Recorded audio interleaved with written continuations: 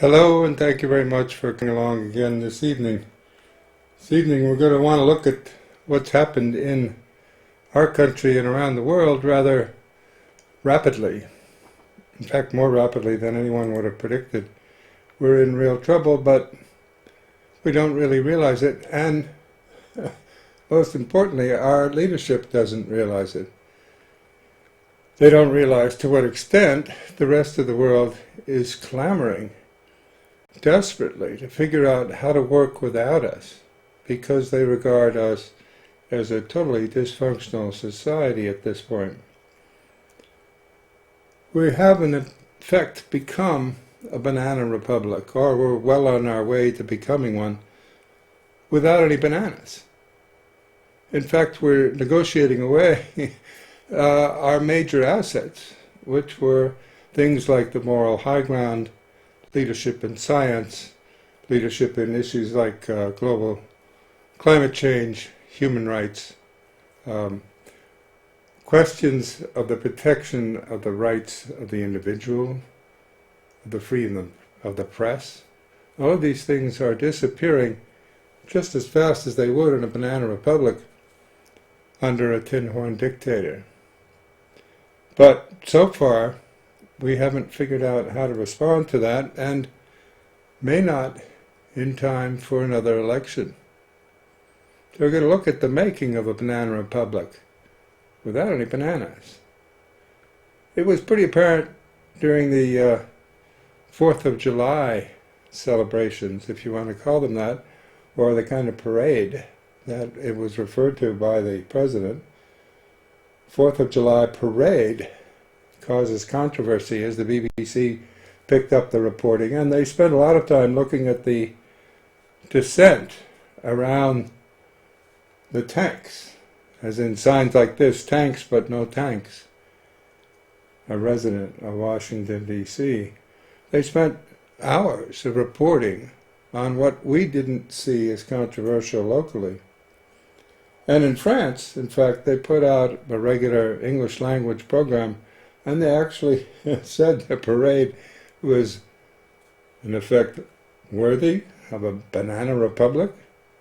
It's pretty extraordinary, the language that starts to be used when referring to the President of the United States. Take a look.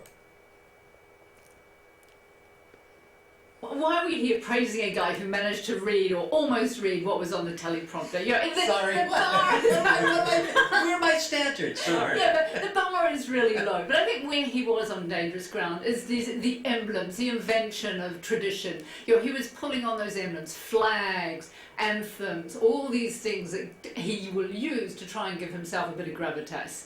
And that was just disgusting. This is, Banana Republic stuff.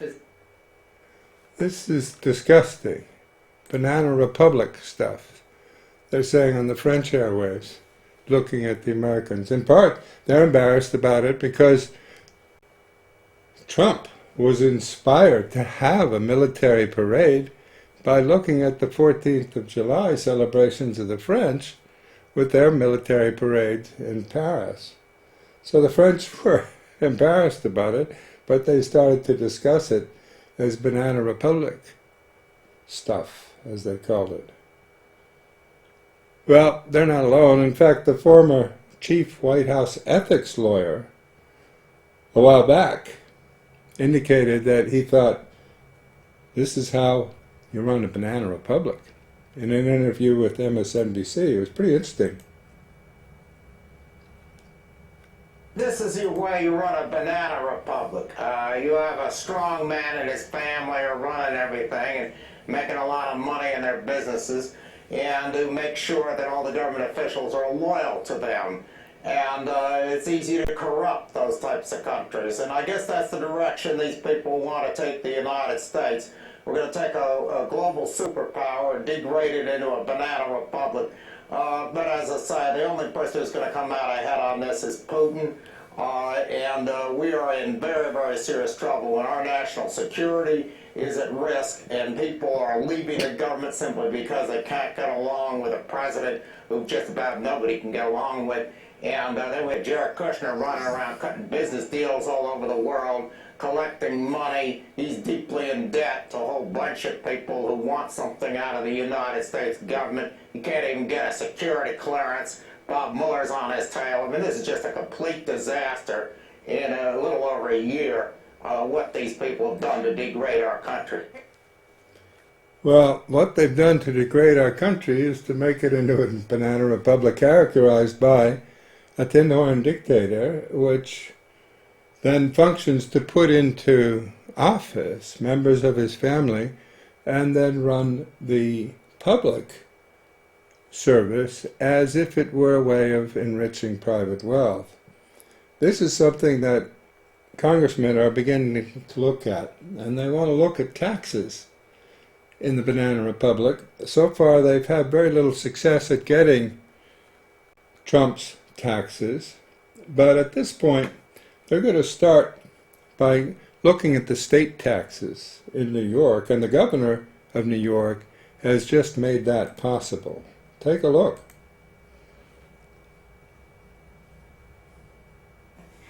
New York Governor Andrew Cuomo signed a bill Monday which would give 3 key congressional committees access to President Trump's New York State tax returns. The new rule, which requires New York tax officials to release the returns for any specified and legitimate legislative purpose, will also apply to the president's staff as well as New York elected officials and judges. House Democrats have so far been unsuccessful in obtaining Trump's financial records through subpoenas or other means. The Ways and Means Committee sued the Treasury Department and the IRS last week over their refusal to hand over the documents. Congressional Democrats issued dozens of subpoenas to Trump businesses, including Trump Organization, Monday, as part of a lawsuit into possible emoluments violations by Trump. Lawmakers say Trump is profiting off his many businesses through the Office of the Presidency. The Justice Department asked an appeals court to block the subpoenas and the lawsuit. So, in effect, the president is asking through the Justice Department to block the release of this material to the Congress, which has a right to look into the way taxes are collected or not collected or not paid, and to look into this question of emoluments, that is, whether the president and his family are using the office of presidency for private gain. This is really quite extraordinary. We've never had people looked into at this level. But in fact, it's taking on another wrinkle altogether when you look at other members of the family. Not just Kushner, but his wife, Ivanka Trump, starts to show up in diplomatic circles. Ivanka Trump's big diplomatic adventure at the G20 meeting. She's brought along by Trump, and foreigners are beginning to ask straight out, what the heck is the story here? What exactly is the role of Ivanka Trump? BBC News puts this forward as she sort of steps up in the line of heads of state to have her picture taken. BBC News was absolutely outraged at this, and in fact, most of the world's heads of state wondered what the heck she was doing there, and she proceeded to embarrass herself completely in the front of the head of the World Bank. It was really quite extraordinary. In fact, ambassadors to the United States have been making their opinions of this administration clear in memos to their own governments.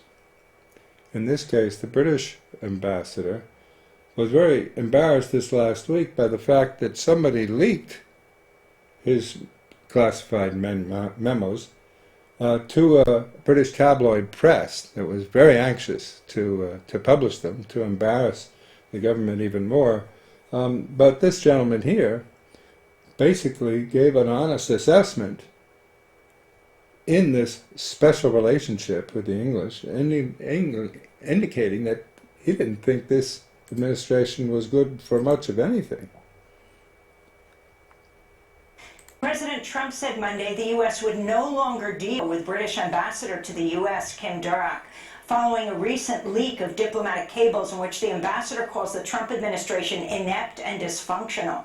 In cables going back as far as 2017, Dara questioned whether the Trump administration, quote, will ever look competent. Trump also attacked outgoing Prime Minister Theresa May for creating a mess around Brexit. Theresa May's office said in a statement it continues to support Dara. Okay. Managing not only to insult the ambassador and saying he won't deal with him anymore, throwing the special relationship into real turmoil, but then further insulting the Prime Minister, who continues to support the ambassador. Well, we've had no kind of collapse of the special relationship like this on any scale approaching this in the past. It's really quite extraordinary. Of course, all of this is happening in a Washington, D.C., which yesterday was hit by an extraordinary rainstorm and series of floodings.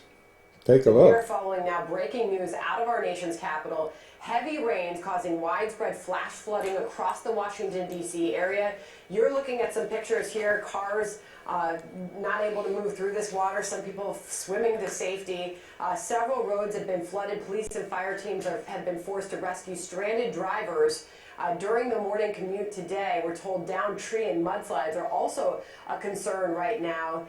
But some unbelievable pictures coming from there. Obviously, this flash flooding is a huge concern, as some people do try to swim through this to safety. It can get them into When we came on the air about 2.5 hours ago, Kevin Cork is a reporter on the North Lawn, and Sandra, you could hear the rain hitting the tent where he was reporting live from, and so that's the result of the system we're seeing. In addition to this, not just the roads and people driving through standing water, which you always say don't do it, but it's a hard thing to do when you're trying to get to work in the morning and you think, I have to make another 30 feet across this little minor lake in the road, but you never know how deep those roads are, and that's when you get into trouble. In addition, on Capitol Hill, there are trains that run and connect the office buildings for senators and members of the House, and what you have there are the train system on the House side. Apparently the water got so deep that was disrupted earlier today. In fact, Chad Pergram, a few of the others working the Hill for us today, were sending a bit of information along on that today. So it's covering the area, and it's a big system right now to deal with. In some areas, 3 to 4 inches of rain in an hour. Some of those areas obviously have seen the water gradually recede, but as you know, people do take risks at this time. It is a life-threatening situation in some areas. Authorities there have put out warnings, do not try to swim to safety. You've seen images of people standing on their cars, all happened very quickly. And to your point, Bill, during the morning rush, during the morning commute, these flood waters, they were rising fast, and that rain was coming down hard. Yeah, oftentimes when you get this flash flooding, we see it in different parts of the country, but it comes without warning, and it comes hard and fast, and that's what they're dealing with so far. Some of these rescues are now underway. Well, you can follow it in almost any channel you want. Fox News was carrying it, even though they deny such things as extreme weather linked to climate change and things like that. They're forced to start reporting the fact that the city was completely brought to a standstill. The subway system was flooded. The parts of town, in fact, were cut off from other parts of town altogether. Meanwhile, on the same day, Bernie Sanders and House members, like Rossier, were in fact beginning to indicate that Alexandria and Bernie are going to take this to the Congress.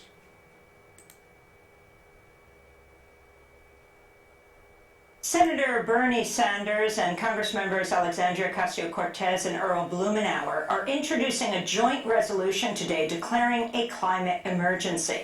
If passed, the resolution in itself would not compel any practical actions, but it aims to push Congress towards enacting a, quote, national, social, industrial, and economic mobilization of the resources and labor of the United States at a massive scale, unquote. Speaking to The Guardian, a spokesperson for Senator Sanders' office said President Trump has routinely declared phony national emergencies to advance his deeply unpopular agenda, like selling Saudi Arabia bombs that Congress had blocked. On the existential threat of climate change, Trump insists on calling it a hoax, unquote. Well, this is pretty interesting because on that very same day, where the city is inundated with unprecedented floods, the president is doing nothing in reference to climate. In fact, he calls a press conference in the White House to boast about his environmental record on the very day that it's obvious to everyone that he's done nothing. It's really quite extraordinary. Take a look at the reporting on this. It's really quite massive. The resolution comes one day after President Trump gave an address touting his administration's environmental leadership. Trump reportedly made the speech after consultants from his 2020 campaign said he's lacking support from several key demographics who are concerned with climate change. Okay.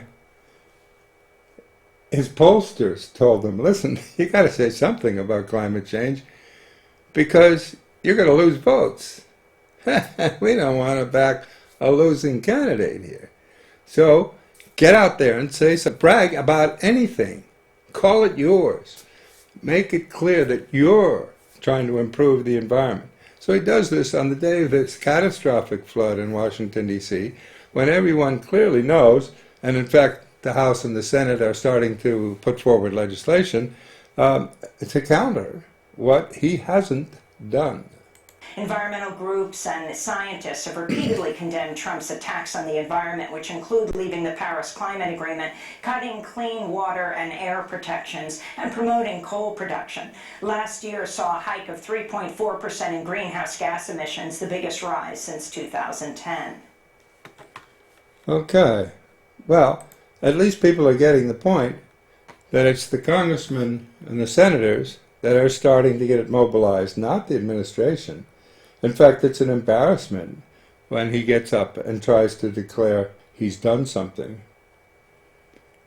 The assessments of his own environmental record are so unreal that even CNN, even a broadcasting station, feels they have to fact check what he's saying. And they run a little story on fact checking. Take a look. In our Earth Matters series, we're zeroing in on President Trump's claims just made moments ago on what he calls his environmental leadership, touting his administration for improving the quality of air and water in the U.S. That would be despite pulling out of the Paris Climate Agreement and rolling back power plant regulations and weakening fuel standards in the U.S. auto industry. Let's bring in CNN's Daniel Dale to fact-check the president. Of course, Bill Weir, CNN's climate correspondent. Daniel, first to you. I want you to listen to the sound and tell me what you think of it. Remember, management. It's called forest management, so it's a very important term. When I went to California, they sort of scoffed at me for the first 2 weeks, and maybe 3 weeks, and not so much 4 weeks. And after about 5 weeks, they said, you know, he's right. He's right. So what's he talking about? So he's talking about the time when he was claiming that climate change was not the driver of California's wildfires. Rather, it was forest management. It was that they were not doing a good enough job raking leaves, cleaning up the floor of the forest, and that was the big issue. And so this claim he made today is revisionist history. California was not scoffing at the idea that forest management was part of the problem. Pretty much everyone agrees that it is. But they were also saying that climate change is also a significant part of the problem. They were saying that the 2 fires that were happening when Trump was making this claim, the Camp and Woolsey fires, did not even start in forests. They were also pointing out that the federal government, not California, manages more than half of California's forests. So they were rejecting the blame he was placing on them. So this story that he's telling today, they laughed at me at first and then they said it was right, is not what happened, Jake.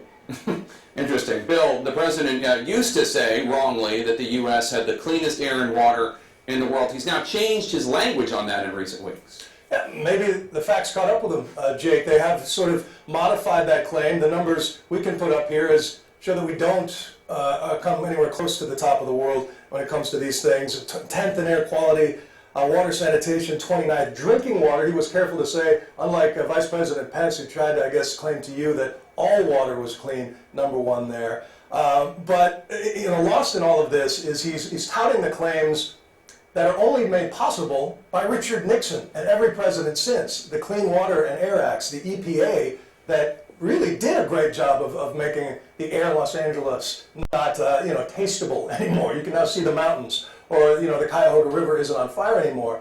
But saying that we're now going to gut that entire agency is like saying there's been a 74% reduction in house fires over the last generation, but we're going to fire the firemen and put taxes on hoses and take away regulations on smoke alarms, and we think it's somehow going to get better. Daniel, the president also put a price tag on the Green New Deal that's been popular among many progressives. Take a listen. Their plan is estimated to cost our economy nearly $100 trillion, a number unthinkable, a number not affordable even in the best of times. If you go 150 years from now and we've had great success, that's not a number that's even thought to be affordable. $100 trillion, Daniel? So, Jake, we know that the president makes up a lot of numbers. This is not a number he made up out of thin air. This is a number that comes from a conservative group, the American Action Forum, which put a price tag on the Green New Deal of $93 trillion. I think it's important to note the source of the figure, and it's also important to note how they got it. What they did was make a number of assumptions and estimates that we have no idea will come true. For example, they assumed that there would be a $36 trillion cost from the U.S. implementing a single-payer healthcare plan like Bernie Sanders wants as part of the Green New Deal. We have no idea if Bernie Sanders will be president. We have no idea if this is how Green New Deal proponents will try to achieve the goal of universal healthcare. So there are a lot of assumptions here. Or at least it's based on a number that exists somewhere, yes. The baby steps. Bill, you're out there talking every day to people about climate change, the effects of it. Do Americans have confidence in how President Trump is handling environmental issues and climate change? Not really. I mean, that's that topic. He gets his highest disapproval numbers. It's 2-to-1 disapprove to approve on that. But it's really like politics. Climate change is local. And as you go on a road trip across America, it's like a road trip through the 5 stages of grief. There's a lot of denial spots. You get to places like Miami where there's bargaining. But what struck me today is he brought up an owner of a bake shop in Florida who saw firsthand the devastation of red tide, which is caused by pollutants flowing down Lake Okeechobee and into the Gulf there, and it's supercharged this bacteria, and it's caused, exacerbated by climate change, which makes me think he's got Republicans at Mar-a-Lago, and they're seeing internal numbers, polling numbers, that Republicans in Florida really care about the climate because it is nonpartisan there. Okay, it's nonpartisan everywhere, and everyone's beginning to realize that. In fact, children around the world have shamed public leaders like President Trump for their lies, deception, and total inaction. A 16-year-old Swedish girl led the way. We know that most politicians don't want to talk to us. Good. We don't want to talk to them either. We want them to talk to the scientists instead. Listen to them. Because we are just repeating what they are saying and have been saying for decades.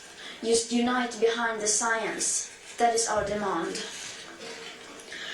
When many politicians talk about the school strike for the climate, they talk about almost anything except from the climate crisis. Many people are trying to make the school strikes a question of whether we are promoting truancy or whether we should go back to school or not. They don't want to talk about it because they know they cannot win this fight. Because they know they haven't done their homework, but we have. Some people say that we are fighting for our future, but that is not true. We're not fighting for our future, we are fighting for everyone's future. And if you think that we should be in school instead, then we suggest that you take our place in the streets, striking from your work. Or better yet, join us so we can speed up the process. Right. Embarrassing everyone, especially European children, have taken to the streets and embarrassed all of Americans. If the U.S. is going to, in effect, avoid becoming a banana republic, its citizens will need to join the world's youth in this effort and, in effect, join a new kind of citizen science alliance that's emerging around the world together to devise a just and sustainable future.